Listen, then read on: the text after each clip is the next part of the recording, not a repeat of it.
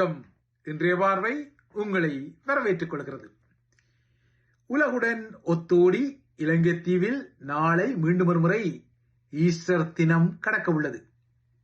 2019 ஆண்டில் இதே போன்ற ஈஸ்டர் தினத்தில் இலங்கையில் நடத்தப்பட்ட குரூரமான பெரும் குண்டு தாக்குதல் பின்னணியுடன் தான் நாளை மீண்டும் ஒரு முறை இந்த ஈஸ்டர் தினம் இலங்கையில் கடக்க உள்ள நிலையில் தெற்கின் உதய கம்பனபல போன்ற கடும்போக்கு அரசியல்வாதிகள் மீண்டும் ஒரு முறை குண்டு தாக்குதல் பீதிகளை இந்த முறை ஈஸ்டரை மையப்படுத்தியும் மீளுருவாக்க தலைப்படுகின்றார்கள். ஈஸ்டர் தாக்குதல் சதிகள் தொடர்பான மடிக்கணத்தை பலமாக கொண்டிருப்பதாக சுட்டுவிரல் நீட்டப்பட்ட பிள்ளையான் போன்றவர்களை காப்பாற்ற பலமாக அசைந்து கொள்ளும் இந்த கம்பன்பில வகையரா துகைராக்கள் மறுபுறத்தே உயிர்த்த ஞாயிறு தினங்கள் வரும்போதெல்லாம் குண்டு தாக்குதல் பீதிகளையும் மறக்காமல் மீளுருவாக்கி விடுகிறார்கள். ஆனால் அவர்கள் இவ்வாறு தலையால் குத்தி நகர்ந்தாலும் இன்றுடன் தனது தடுப்பு காவல் முடிவடையும், பிணை கிட்டும் என நம்பி கை வைத்திருந்த பிள்ளையானுக்கு அவரது பிணை சகுனங்கள் எல்லாம் இந்த வாரம் பொய்த்துவிட்டன. ஆகையால் தொழில்நுட்ப ரீதியாக அவர் 2வது ஆண்டாகவும் இன்னொரு உயிர்த்த ஞாயிறு தினத்துக்கு சிறை கூண்டுக்கு உள்ளே இருக்க போவது யதார்த்தமாக வெளிப்பட்டுவிட்டது. இதற்கிடையே கடந்த வருடம் பிள்ளையானாகிய சிவனேஸ்வரை சந்திரகாந்தன் கைது செய்யப்படுவதற்கு காரணமாக பேராசிரியர் சிவசுப்பிரமணியம் ரவீந்திரநாத் வலிந்து காணாமலாக்கப்பட்ட சம்பவம் இருந்தது. இந்த சம்பவத்தின் பின்னணியில் பெரும் குரூர கதைகள் எல்லாம் தற்போது உறுதிப்படுத்தப்படுகின்றன. கொழும்பில் கடத்தப்பட்ட ரவீந்திரநாத் மட்டக்களப்பில் உள்ள ஒரு இரகசியமான வதைகூடத்திற்கு கொண்டு செல்லப்பட்டதாகவும் அங்கு வைத்துத்தான் அவர் படுகொலை செய்யப்பட்டதான தகவல்கள் எல்லாம் வந்துவிட்டன. இப்போது பிள்ளையானுக்கும் சரி, அவர் கக்கிய வாக்குமூலத்தின் அடிப்படையில் தூக்கப்பட்ட சலியா என்ற இன்னொரு நபருக்கும் சரி, இந்த ஈஸ்டர் குண்டு தாக்குதல் சதிகள் தொடர்பான சுட்டுவிரல்கள் நீட்டப்படும் போதிலும் பிள்ளையானுக்கும் அவரது வாக்குமூலத்தால் தூக்கப்பட்ட சலியாவுக்கும் இப்போது கம்பன்பிலதான் சட்டவாளராக இருக்கின்றார். கம்பன்பிலவின் இந்த கம்மாரிசுத்தனமான நகர்வுகள் இல்லை என்றால் சீட்டாட்டம் ஒன்றுக்கு பயன்படுத்தப்படும் இந்த கம்மாரிசு சொல்லாடலானது இலங்கை தீவின் உள்ளூரில் மட்டுமல்ல, மத்திய கிழக்கு போர்க்களங்களிலும் எதிராளிகள் மீதான சூளுரைகளுக்கு உடனடியாக பதில்களாக வரக்கூடிய அரசியல் கம்மாரசு அடிகளாகவும் எதிரொலிக்கின்றன. அந்த வகையில் ட்ரம்புக்கு ஈரான் ஒரு கம்மாரசு அடியை அடித்திருக்கின்றது. ஈரானிய இராணுவம் தோற்கடிக்கப்பட்டு முற்றிலும் அழிக்கப்பட்டதாகவும், ஈரானிய கடற்படை முற்றிலும் அழிக்கப்பட்டதாகவும், அதன் வான்படை சிதைக்கப்பட்டதாகவும் ட்ரம்ப் 48 மணி நேரங்களுக்கு முன்னர் அமெரிக்க மக்களுக்கும் உலக மக்களுக்கும் ஒரு செய்தியை சொன்னார். ஈரான் படைத்துறை இவ்வாறு பெரும்பாலும் அளிக்கப்பட்டு விட்டதால் இன்னமும் 3 வாரத்துக்குத்தான் ஈரான் மீது அமெரிக்காவுக்கு இராணுவ வேலை உண்டு எனவும் அதனையும் விரைவாக முடித்து விடுவோம் எனவும், இந்த தாக்குதல்கள் மூலம் ஈரான் ஸ்டோன் ஏஜ் எனப்படும் கற்காலத்துக்கு கொண்டு செல்லப்படும் எனவும் எந்தவித ஒரு கழிவிறக்கமும் இல்லாமல் ட்ரம்ப் தனது சூளுரைகளையும் வாய்ச்சவடால்களையும் விடுத்திருந்தார்.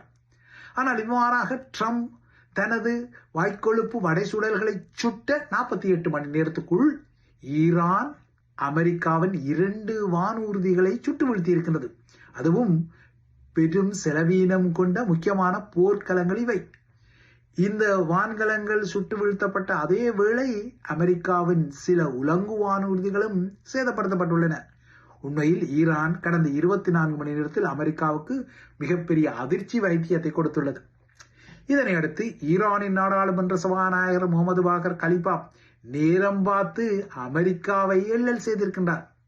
அமெரிக்கா ஈரான் மீது ஆரம்பித்த அற்புதமான வியூகம் இல்லாத போர் இப்போது அமெரிக்காவின் பிரபல கொட்டொலியான ஈரானிய ஆட்சி மாற்றம் என்ற நிலைப்பாட்டில் இருந்து சடுதியாக கீழிறங்கி, ஐயோ யாராவது அமெரிக்க போர் விமானத்தின் விமானியை கண்டுபிடிக்க உதவ முடியுமா என அமெரிக்காவால் மாற்றப்பட்டுள்ளதாக ஈரானிய நாடாளுமன்ற சபாநாயகர் எள்ளல் செய்திருக்கின்றார். அத்துடன் இன்னும் 3 வாரத்துக்குள் ஈரானிய போரை விரைவாக முடிக்கப் போவதாக குறிப்பிட்ட ட்ரம்புக்கு என்னே ஒரு நம்ப முடியாத முன்னேற்றம் ஈரானில் வந்திருக்கின்றது எனவும் அவர் எள்ளல் செய்கின்றார். ஆனால் இவ்வாறான எள்ளல்களும் சூளுரைகளும் மீண்டும் மீண்டும் போர்க்களத்தில் ஆக்ரோஷமான தாக்குதல்களைத்தான் நகர்த்தும். அந்த வகையில் இப்போது ஈரான் இந்த விடயத்தில் எள்ளல் செய்தாலும் இந்த எள்ளலுக்கும் அமெரிக்கா ஒரு எதிர்வினையை வழங்கக்கூடும் என்பது இன்னொரு யதார்த்தம். எது எவ்வாறோ ஈரான் மீதான போர் ஆரம்பிக்கப்பட்டு 5 வாரங்கள் கடந்த நிலையில் இந்த 5 வார போர்க்காலத்தில் சமூக வலைத்தளங்களில் எல்லாம் அமெரிக்க போர் விமானங்கள் ஈரானில் சுட்டு வீழ்த்தப்பட்டதாக கூறப்பட்டு எனப்படும் செயற்கை நுண்ணறிவு சித்தரிப்பு காட்சிகளுடன் சில செய்திகள் எல்லாம் உலா வந்திருந்தன. ஆனால் அவையெல்லாம் போலி செய்திகள். இதுவரை ஈரான் மீது எந்த ஒரு அமெரிக்க போர் விமானமும் சுட்டு வீழ்த்தப்படாமல் இருந்தது. ஆனால் கடந்த 24 மணி நேரத்தில் வெவ்வேறான 2 சம்பவங்களில் 2 அமெரிக்க போர் விமானங்கள் சுட்டு வீழ்த்தப்பட்டுள்ளன. அதிலும் வீழ்த்தப்பட்ட விமானங்களில் ஒன்று F-15E ஈகிள் ஸ்ட்ரைக் போர் விமானமாகும். இது அமெரிக்காவை பொறுத்தவரை அதன் இராணுவத்திற்கு ஒரு வகையில் ஒரு நட்சத்திர போர் விமானமாக இருந்தது. அமெரிக்காவை பொறுத்தவரை ஈரான் மீதான போரில் இதுவரை 4 ஈகிள் ஸ்ட்ரைக் போர்க்களங்களை இழந்திருக்கின்றது. இது ஒரு பெரும் அடியாகும்.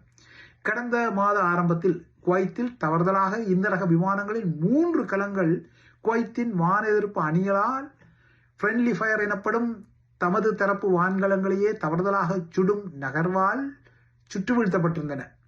அதில் இருந்த 6 பேர் மீட்கப்பட்டிருந்தனர். ஆனால் நேற்று ஈரானால் சுட்டு வீழ்த்தப்பட்ட F-15E ரக விமானத்தின் பைலட் மீட்கப்பட்டாலும் இதுவரை அதில் இருந்த செகண்ட் பைலட் என விളിக்கப்படும் வெப்பன் சிஸ்டம் ஆபீசர் ஆகிய ஆயுத அமைப்பு அதிகாரி கண்டுபிடிக்கப்படவில்லை. இவர் ஈரானிடம் சிக்கிக்கொண்டால் அது ஈரானுக்கு ஒரு முக்கியமான துருப்புச் சீட்டாக மாறும் என்பதால் ஈரான் இந்த விமானியை தீவிரமாக தேடி வருகின்றது. அதே போல இவர் ஈரானிடம் சிக்கிவிடக்கூடாது என்ற கிளேசத்துடன் அமெரிக்காவும் இவரை தீவிரமாக தேடி வருகின்றது. 2 தரப்புமே காலத்தை வென்று, அதாவது நேர துளிகள் கடக்கும் வரை தீவிரமான தேடுதல்களை நடத்தி வருகின்றன. இந்த பதிவு பதியப்படும் போது இந்த நிலைமை இருந்தது. ஆனால் இந்த பதிவு பதியப்பட்டு நீங்கள் இதனை காணும் போது நிலைமைகள் மாறியிருக்கலாம். இந்த விமானி குறித்த கதைகள் குறித்த புதிய செய்திகளும் வந்திருக்கக்கூடும். அமெரிக்க தரப்பை பொறுத்தவரை செசார் அல்லது காம்பேக்ட் சர்ச் அண்ட் ரெஸ்கியூ அணி எனப்படும் அமெரிக்க வான்படையின் போர்க்கள தேடுதல் மற்றும் மீட்பு நடவடிக்கைகளுக்கென சிறப்பாக பயிற்சி வழங்கப்பட்ட எலிட் அணிகள் தேடுதல்களில் போட்டியாக உள்ளன. இந்த அமெரிக்க வான்படை அதிகாரியான எதிரி விமானியை யாராவது கண்டுபிடித்து அவரை ஈரானிய காவல்துறையிடம் ஒப்படைத்தால் அவர்களுக்கு வெகுமதிகள் வழங்கப்படும் என தற்போது ஈரானும் அறிவித்திருப்பதால் காணாமல் போன அந்த 2வது பைலட்டை தேடி ஈரானிய மக்களும் தற்போது நகருவதாக தெரிகின்றது.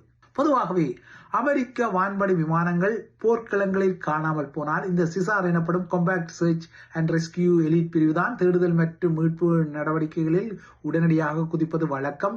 அமெரிக்க படையினர் போர்க்களத்தில் கைவிடப்படக்கூடாது, அவர்கள் எதிரிகளிடம் சிக்கக்கூடாது என்ற உத்வேகத்தின் அடிப்படையில் இந்த எலிட் பிரிவுகள் உடனடியாக தமது வான் அணிகளுடன் போர்க்களங்களில் தேடுதல் பணிகளை, அதாவது இவ்வாறான விமானிகள் காணாமல் போனால் உடனடியாக நடத்துவது வழமை.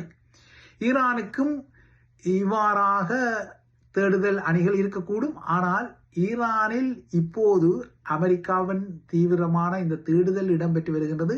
இந்த பணிக்கு உலங்கு வானூர்திகள் சகிதம் அனுப்பப்பட்ட வான்மீட்பு பிரிவில் இருந்த A-10 தண்டர்போல்ட் 2 விமானம் ஒன்றும் ஈரானிய தாக்குதலால் சுட்டு வீழ்த்தப்பட்டமை அமெரிக்காவுக்கு 2வது அடியாக 24 மணி நேரத்துக்குள் கிட்டியது. அதாவது காணாமல் போன விமானியை தேட போன இன்னொரு விமானத்தின் பைலட்டையும் மேலதிகமாக தேட வேண்டிய ஒரு இக்கட்டான நிலையும் சவாலும் அமெரிக்க படைத்துறைக்கு எழுந்திருந்தது.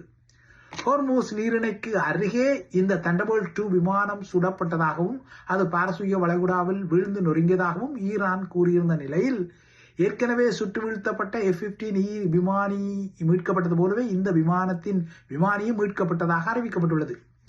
ஆனால் இந்த மீட்பு அணிகள் மீதும் ஈரான் தாக்குதலை நடத்தியதை அமெரிக்காவும் மறக்கவில்லை. இந்த தாக்குதலால் தேடுதலுக்கு போன, அதாவது மீட்புக்கு போன உலங்கு வானூர்திகளும் சேதப்படுத்தப்பட்டன, அதில் இருந்தவர்களும் காயப்படுத்தப்பட்டார்கள்.